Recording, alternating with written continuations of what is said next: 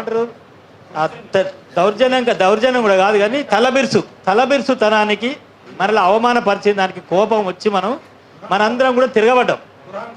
దురహంకారానికి వ్యతిరేకంగా మనందరం తిరగబడి యాదవ్ విద్యావంతుల వేదిక పెద్ద మీటింగులు 2 పెట్టింది. లేడీస్ అమ్మాయిల మీటింగుల్లో చాలా పెద్ద మీటింగ్ పెట్టాం. అయితే ఫుల్ అయిపోయింది.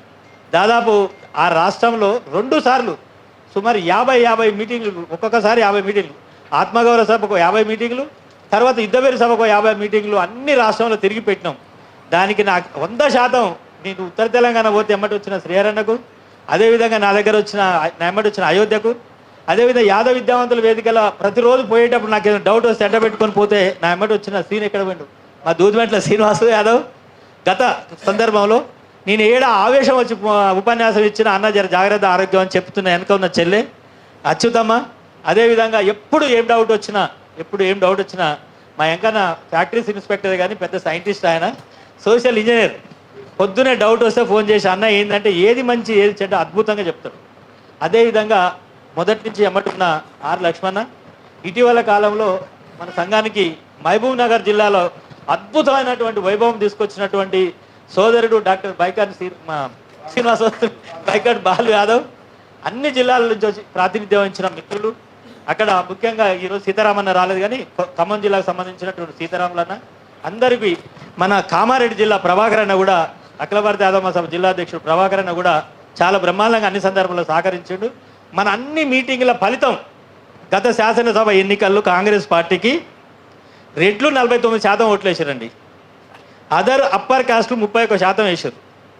యాదవులు, గొల్లలు, కుర్మలు 51% వేశారు. ముదిరాజులు, తెలుగోళ్ళు 41% వేశారు. గౌడ్లు 49% వేశారు. అదర్ బీసీ ఓబీసీలు 36% వేశారు. దళితులు 38%, లంబాడాలు 52%, ముస్లింలు 32% ఓట్లు వేశారు. మనది లంబడోళ్ళు 52%, యాదవులు 51% కాంగ్రెస్ పార్టీకి ఓట్లు వేసినట్టుగా ఇది ఎవరు రాసిరు అంటే CSIR అనే సెంట్రల్ గవర్నమెంట్ సంబంధించినటువంటి ఒక లెక్కలు చేసి మొత్తం చేసేటటువంటి ఒక సంస్థ అఫీషియల్ వెబ్సైట్లో పొందుపరచబడేటువంటి రిపోర్ట్. కానీ లక్ష్మణ్ వాళ్ళ పార్టీకి, వాళ్ళ ముఖ్యమంత్రికి, వాళ్ళ రాష్ట్ర అధ్యక్షుడికి లక్ష్మణ ద్వారా ఈ వేదిక ద్వారా తెలియజేస్తా ఉన్నా, మీరు గుర్తుపెట్టుకోండి, ఈ వేదిక మించి ఇంటెలిజెన్స్ వాళ్ళు ఉంటే కూడా చెప్పుకోండి. మాకు కాలిపోయిన ఏం లేదు, వెంకటయాదవ్ అంటూ కాలిపోయిన పెద్ద మునిగిపోడు, ఎందుకంటే చాలాసార్లు కాలిపోయి మళ్ళీ కూడా కాలిపోతాడు. ఏమైంది క్లారిటీగా చెప్తున్నా, ముఖ్యమంత్రి గారు, ఈ రాష్ట్ర కాంగ్రెస్ పార్టీ అధ్యక్షుడు, లేకపోతే ఇంకా ఆ ప్రభుత్వానికి, ఆ పార్టీకి వ్యూహకర్తలైనటువంటి రెడ్డి మేధావులారా గుర్తుపెట్టుకోండి. మీరు ఒకటే నిమిషం, నీ ఇబ్బంది పెట్టకుండా మాట్లాడతారు. ఒకటే జానన్న మాట్లాడి పాపం అది రెండు మాటలు చెప్పకుంటే వెంకటేశ్వర్లు గారికి, ఎందుకంటే వాళ్ళు పదవి ఇచ్చారు, సీనన్నకు వాళ్ళు పదవి ఇచ్చారు, కొంచెం ఎంబరాసింగ్ ఉంటుందని వాళ్ళ బాధ నాకు అర్థమైంది. ఒకటే మాట చెప్తా, మీరు గుర్తుపెట్టుకోండి.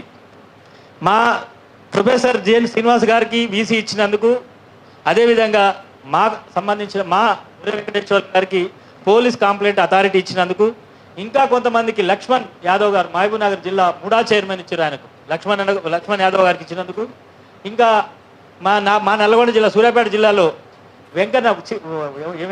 చెవిటి Venkanna Yadav agriculture commission member ఇచ్చినారు. ఇట్లా కొన్ని అక్కడొకటి అడుక్కుంటే ఇచ్చినట్టు అడొకటి ఇచ్చారు. అది ఇచ్చినందుకు మీకు ధన్యవాదాలే. కానీ మా ఓపికని, మా పేషెన్స్ని, మా మంచితనాన్ని మీరు ఇంకెక్కువ రోజులు పరీక్షించకండి. ఎందుకంటే తప్పకుండా ఆ దొరలకు గత ప్రభుత్వానికి ఇచ్చినటువంటి షార్ట్ ట్రీట్మెంట్ ఏదైతే ఉందో తప్పకుండా యాదవ సమాజం మీకు కూడా ఇస్తుందనే విషయాన్ని మీరు మర్చిపోవద్దు. మీకు ఎంత పెద్ద గొప్ప యువకర్తలు ఉండని కాక, ఆ యువకర్తలకు చెప్తున్నాను, నాకు తెలుసు ఆ యువకర్తలు ఎవరో, మాట్లాడేది కూడా వాళ్ళు వినాలి. ఆ యువకర్తలకు చెప్తున్నాను క్లారిటీగా, మీరు పొరపాటు చేస్తున్నారు. యాదవులు చాలా మంచి వాళ్ళు. గౌడ్లను, మాలను రెడ్ల పక్కన పెట్టుకొని రాజ్యాన్ని పరిపాలిద్దామని మీరు భ్రమలో ఉంటే తప్పకుండా మీ ప్రభుత్వాన్ని కూల్చే బాధ్యత మేమే తీసుకుంటాము. అది త్వరలోనే దానికి మీకు రిజల్ట్ కూడా చూపిస్తామని తెలియజేస్తూ, డెఫినెట్గా ఆర్ లక్ష్మణ లాంటి ఒక సీనియర్ కాంగ్రెస్ కార్యకర్త 2 సార్లు ఎమ్మెల్యే టికెట్ ఇచ్చి మళ్ళీ గుంజుకోరు, నిరాకరించారు. అలాంటి వాళ్ళు మా దాంట్లో చాలామంది ఉన్నారు మా సంస్థ. అక్కడ కొత్తగూడెంలో నాగా సీతారాములు కాంగ్రెస్ పార్టీ కాన్స్టిట్యూన్సీ ఇన్ఛార్జి 10 ఏళ్ళు బీఆర్ఎస్ తోటి తగలబడి కొట్లాడి అలసిపోయి ప్రతి సంవత్సరం 1 ఎకరం అమ్ముకొని ఖర్చు పెడుతున్నాడు సీతారాములు. అక్కడ లక్ష్మణ్ ఆయన జీతమే దీన్ని కాంగ్రెస్ పార్టీ కోసం ఖర్చు పెట్టాడు. ఇట్లా అనేక మంది మా వాళ్ళు అనేక జిల్లాల్లో ఎదురు చూస్తున్నారు. మేము వాళ్ళ కోసం ఎదురు చూస్తున్నాం. ఎందుకంటే పాపం వాళ్ళకి ఏమైనా అవకాశం వస్తుందేమో, మేము అడ్డం తిరుగుతాం, వాళ్ళకి ఏమైనా ఇబ్బంది అవుతాం ఉన్నమే తప్ప మా అభిప్రాయం పెద్ద సమస్య కాదు. తప్పకుండా మీకు జరగబోయే ట్రీట్మెంట్కు ఎదురు చూసుకోండి.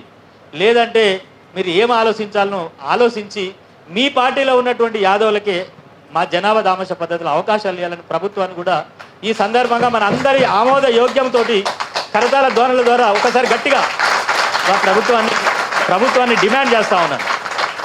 నెంబర్ 1. నెంబర్ 2, జానన్న చెప్పిండు ఏమన్నాడంటే ఒకటే మాట చెప్పాడు. జానన్న ఒక మాట చెప్పిండు. ఏం చెప్పిండు అంటే లేదు యాదవ్ విద్యావంతుల వేదిక ఒకటే సరిపోదు, మనకు బీసీలని కలుపుకొని బీసీ మేధావులతోటి బీసీ మేధావుల సంఘంతో రాజ్యాధికారాన్ని తీసుకురావాలని. అయితే జానన్న క్యాచ్ చేయనట్టుండి కానీ నేను మాట్లాడిన స్పీచ్లో వినలేదు.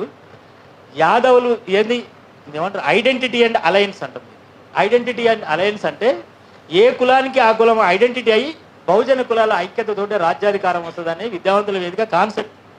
సో జానన్నేమో బీసీలు అన్నాడు. నేనేం చెప్పినంటే ఐడెంటిటీ అండ్ అలయన్స్ అని చెప్పిన. మీకు చాలామంది విద్యావంతులు ఏమిటి అర్థం చేసుకోండి, ఎవరి కులానికి వాడు ఐడెంటిటీ కావాల్సిందే, బహుజన కులాలతో ఐక్యతతోటి రాజ్యాధికారం తీసుకొచ్చుకోవాల్సింది. మనం సాఫ్ట్గా ప్రొఫెషనల్గా విద్యావంతులుగా మనం చెప్తున్నాం. బీసీ కులాల ఐక్యతతోటి రాజ్యాధికారం తెచ్చుకోవాలని జానన్న చెప్తుండు. మనకు బీసీ కులాలతో ఎవరితోటి వ్యతిరేకత లేదు, ఎవరితో కలిసడానికి అభ్యంతరం కూడా లేదు. అయితే ఒక మాట సుందరన్న ఉన్నాడు కాబట్టి చెప్తా. సుందరన్న పోయిండు. సుందరన్న ఎన్నికల్లో బీసీలుగా పోటీ చేసిండు. ఇప్పుడు ఉన్న తీర్మార్ మల్లన్న ఎమ్మెల్సీ గారు ఎవరైతే ఉన్నారో ఆయన రవీందర్ అనేటి ఆయనని ఒక ఆయన్ని మున్నూరు కాపాయని పోటీ పెట్టాడు. ఈయనని మన సుందరన్నని యాదవ్ని పోటీ పెట్టాడు. ఇద్దరిని పోటీ పెట్టి ఓగలగోలు ఓట్లు వేసుకోమన్నారు. జానన్న సాక్షిగా నేను చెప్తున్నా, బహుశా 99% ఈ కులం కూడా ఆ కులానికి ఆ కులం కూడా ఈ కులానికి ఓటే వేయలేదు. ఎందుకు వేయలేదు అంటే సరే యాదవులం ఓట్లు వేసుకోవాలని సోయ మనకు లేనప్పుడు పక్క బహుజన కులానికి ఓటేస్తామని సోయ కాబట్టి జానన్న కొద్దిగా అడ్వాన్స్ ముందర ఉండి చెప్తా ఉన్నాడు. మనం ఏంటంటే అట్లీస్ట్ యాదవులకు ఓట్లు వేసుకున్న స్థాయిలన్నీ ఈ కులం పైకి రావాలని జానన్న లాంటి వాడు పోటీ చేస్తే జానన్నకు ఓటేయాలని ప్రయత్నంలో మనం ఉన్నాము. జానన్న ఏంటంటే వీళ్ళందరూ వచ్చి కలిసి రాండి అంటుండు. ఇట్లా కలిసి వచ్చడానికి మన సమాజంలో ఇంకా సంసిద్ధత లేదు. ఎందుకంటే ఈ దేశాన్ని పరిపాలించినటువంటి అనేక మంది రాజుల సాక్షిగా ఈ దేశానికి స్వతంత్రం తెచ్చిన గాంధీ కూడా ప్రజల యొక్క భారతదేశంలో ఉన్న ప్రజలందరూ కూడా బానిస మనస్తత్వానికి అలవాటు పడ్డారు కాబట్టి పోరాటం చేయలేడు. అల్లూరి సీతారామరాజు లాగా భగత్ సింగ్ లాగా పోరాటం చేయలేరు. వీళ్ళంతా అహింసా పద్ధతులు మాత్రం అధికారం చేస్తారని గాంధీ గుర్తించింది కాబట్టి ఈ దేశం స్వతంత్రానికి ఆయన నాయకత్వం వహించుంటే అది సక్సెస్ అయింది. అదేవిధంగా ఎన్టీ రామారావు వచ్చినప్పుడు కూడా ఇక్కడ ఎన్టీ రామారావు కూడా ఇక్కడ ఉన్నటువంటి పరిస్థితులన్నీ అవలంబించి ఆ రోజు ఆయన జాతిపితగా మొత్తం రాష్ట్రంలో ఆ రోజున్న కాంగ్రెస్ ప్రభుత్వం యొక్క దుర్మార్గాలను ఎండగట్టి అధికారాలు తెచ్చిన ఆ రోజు పరిస్థితి ఆ ప్రజలది. నిన్నగాక మొన్న తెలంగాణ ఉద్యమం కూడా కేసీఆర్ ఛాంపియన్ అయిందంటే తెలంగాణ ప్రజల మైండ్ సెట్ క్యాచ్ చేశాడు. అందుకే ఇక్కడ మన రాష్ట్రంలో ఉన్న బలహీన వర్గాల యొక్క మనస్తత్వాన్ని మనం స్టడీ చేయకుండా ఆ కులాల యొక్క స్థాయిని అంచనా వేయకుండా యాదవులందరూ పోయి వేరే కులానికి ఓటు వేయమంటే మనోళ్ళే ఓటు వేయట్లేరు, పక్క వాళ్ళకి వేసే ఛాన్స్ లేదు. కాబట్టి దాని కొద్దిగా పెద్ద డిబేట్ ఇది, ఆలోచిద్దాం. తప్పకుండా బహుజన కులాలతో ఐక్యతతో రాజ్యాధికారం వస్తుందని వ్యక్తిగతంగా నేను నమ్ముతున్నా. అదేవిధంగా విద్యావంతుల వేదిక కూడా అభిప్రాయం కూడా అదే. కాబట్టి మన అందరం కూడా ఆ ప్రయత్నిద్దామని తెలియజేస్తూ ఎంతో ఆవేదనతో మాట్లాడిన పాపం ఎందుకు మాట్లాడిన జానన్న అంటే జానన్న ఆవేదన నాకు అర్థమైంది. నిజంగా ఇక్కడ ఏమంటారు అంటే కడుపులో కత్తులు పెట్టుకొని పండుకుంటే కత్తి గుచ్చుకుంటుంది, ఎన్ని ఎలుకలు పడి ఎన్నెలుకలు గుచ్చుకుంటుంది. ఆయన ఒంటి చుట్టూ కత్తులో పెట్టుకొని జీవించి అలసిపోయి కోపంగా బాధలో ఆవేదనలో ఉన్నాడు. తప్పకుండా జానన్న వ్యక్తిగతంగా కానీ అన్ని రకాలుగా సరే ఇప్పుడు ఆయన సంస్థలు పనిచేస్తున్నాడు, ఆ సంస్థకు మన మద్దతు ఉంటుందో నాకు తెలియదు. కానీ జానన్న ఎంబటి మాత్రం ఎన్నప్పుడు నీడలా ఉంటామని మాటిస్తున్నా. ఆయనకి ఏ రోజు ఏ చిన్న సమస్య కూడా రాకుండా విద్యావంతుల వేదిక ఉంటుంది. వెంకన్న నీ వెనక ఉంటాడన్న ఏ రోజు కూడా మీరు ఏం బాధపడాల్సిన అవసరం. విద్యావంతుల వేదిక ఉంటుంది, యాదవ్ సమాజం ఉంటుంది, అఖిల భారత యాదవ్ మహాసభ ఉంటుంది, లక్ష్మణ్ ఉంటాడు, మేము అందరం ఉంటాం. మీరు ఏం ఆవేదన చెందొద్దని ఇంకెందుకు లేదు. మీ సార్ బాధపడుతున్నాయి మాట్లాడుతున్నారు. బీసీ అయితే జానన్న దాంట్లో బీసీ అనే దాని గురించి మళ్ళీ ఆయనతో వేరే సందర్భంలో మాట్లాడతా, అది వేరే కాన్సెప్ట్ అది. సరే మళ్ళీ మాట్లాడదాం. వెంకటేశ్వర్లు గారిని మాట్లాడవలసింది కోరుతున్నాం. అయితే ఆయన గురించి కూడా ఒక్క మాట చెప్పి ఆయన మైక్ ఇస్తాను. ఆయన విద్యార్థి దశ నుండి దినేశ్వరి కాంచి అనేక పోరాటాలు కష్టాలు పడ్డాడు. ఇంతకుముందు సార్ చెప్పిండు. ఈడికి ఒక మాట మాత్రం ఆయనకి ఏంటంటే ఆయన ఏమంటారు మన ఆర్టీఐ కమిషనర్గా ఉన్నప్పుడు సుమారు ఒక 5,000 ఆర్డర్లు రాసిండు ఆయన. ఆర్టీఐ కమిషనర్గా ఒక 5,000 ఆర్డర్ అంటే జడ్జిలాగా ఆర్డర్ పాస్ చేస్తాడు.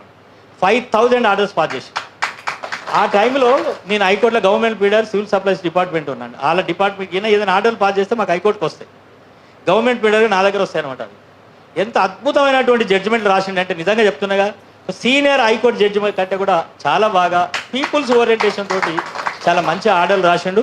భవిష్యత్తులో కూడా నేను కూడా అభినందన చెప్పలేదు కాబట్టి చెప్తున్నా, పోలీస్ కంప్లైంట్ అథారిటీ మెంబర్గా కూడా మీరు ఈ ఈ వృత్తిలో కూడా ఈ ప్రొఫెషన్లో కూడా విజయవంతం కావాలని, మన జాతికి ఎల్లవేళ్ళ సహాయ సహకారాలు అందించాలని మొట్టమొదలు యాదవ్ విద్యావంతుల వేదిక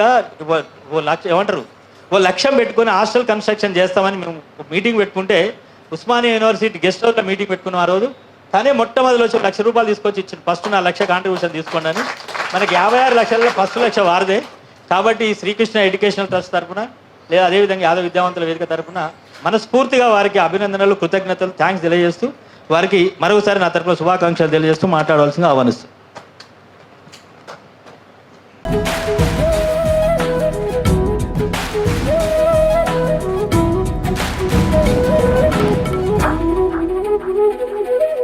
Bye.